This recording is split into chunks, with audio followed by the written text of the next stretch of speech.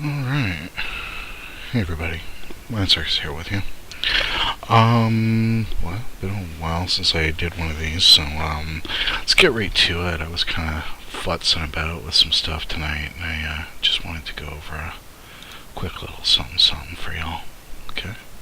So, let's go to, what we're going to use here. This is a piece of, stock photography that I have, found on, DeviantArt. It is stock photography because it says stock images, and there are rules, but I can use it for free, so I'm going to grab it, okay? With this image, I like it. I'm not partial to the little fake wings or anything, so I'm just going to go back and show you where I'm at with this in PaintShop Pro. By the way, recently moved to PaintShop Pro 6, X6. So good. So awesome. If you are on the fence about that one, I picked up the ultimate version for about $60, and it's just great. If you notice the difference between that one and this one here is I've color balanced this a little bit, sharpened the hell out of it, and just aligned it perpendicular because it wasn't quite that way, and the original was off center a little bit. Okay. So the next thing that I've got here is this stock photo of some landscape, and I'm just going to grab this and copy this image. I'm going to paste it down over this one, and for the sake of argument here, I'm just going to increase the size. Okay.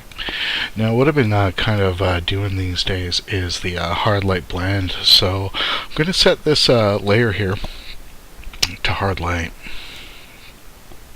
Maybe kind of position that right about there. Okay. Now what I've been doing with this hard light blend is what I'm going to do at this point is I'm going to go ahead and I'm going to grab my my push brush, okay, and I'm going to start pushing this up, and what it does is actually gives me kind of a better integration between the image itself and the background, because basically the colors that are going over it start to kind of sort of match the values that are underneath. And I play with this a little bit and make sure it's right, and then when I've got it where it's right, I'm just going to start hitting these edges up with little brush strokes over and over and over, and it's pretty time consuming. So I'm sitting there tonight and I'm looking at it, and when you see, I say it's time consuming, you can see how easy it is to go outside this line and create this false halo. False halo looks pretty cool, and if I wanted to do it, that would be freaking phenomenal. But let's say I don't want to do it, and I'm creating that's causing a problem. The other problem that's being caused here is it's just a very tedious method to blend these things. Okay, so I was thinking about ways to improve that. We'll just go down here and we'll get a good idea of.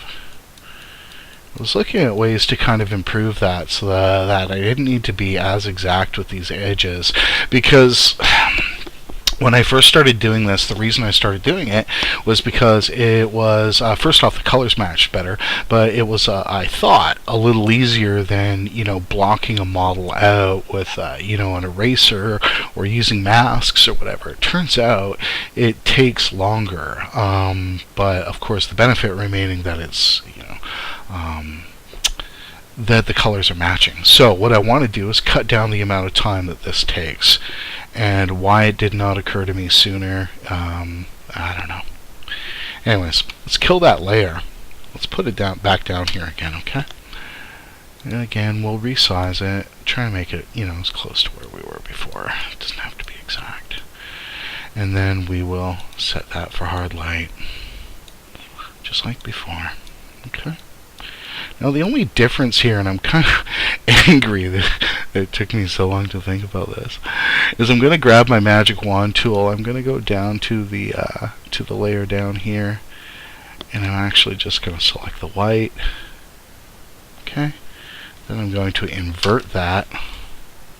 Right. Go back up to this layer,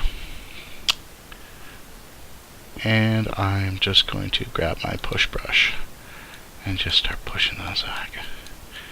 And lo and behold, in about a quarter of the time, probably even less, you know, I can see where I'm going with this. Now, if I want it darker, obviously I can just push up or kind of grab any of these values until I get it the way I want it to.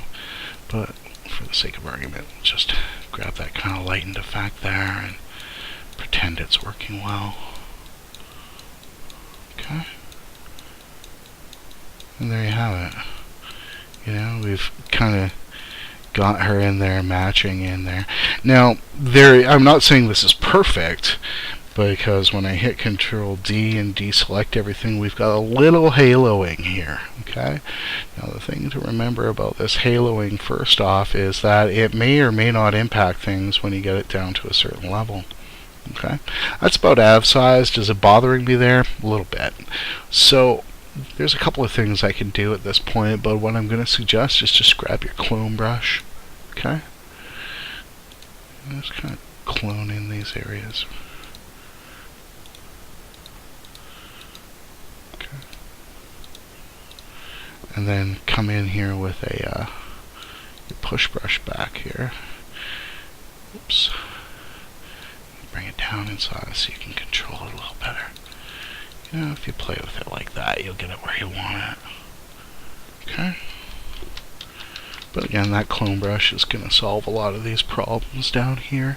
Some of the other things I can do here at this point, again, it's just going to depend on where I get, you know, how close I want to get with this. But let me just tighten this up a little bit, and you'll get a better idea of what I'm talking about. Okay. Oops, the last one kind of went too far. Okay. So now if I just start using this push brush in here, I may get the kind of attention it deserves. Now, again, you know, there's 100 different ways to clean up that edge. Let's just go over here to this edge here, and all I'm really going to do on this one here, okay, is hit it with a soften brush. I'm going to bring that soften brush back down to about 40 at 100. And I'm just going to soften that up a little bit.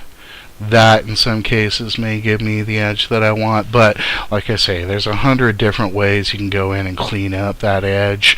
But that said, you know, it's a really quick way of kind of bringing two images together without any kind of extra fuss and muss, so to speak. So, hope that helps.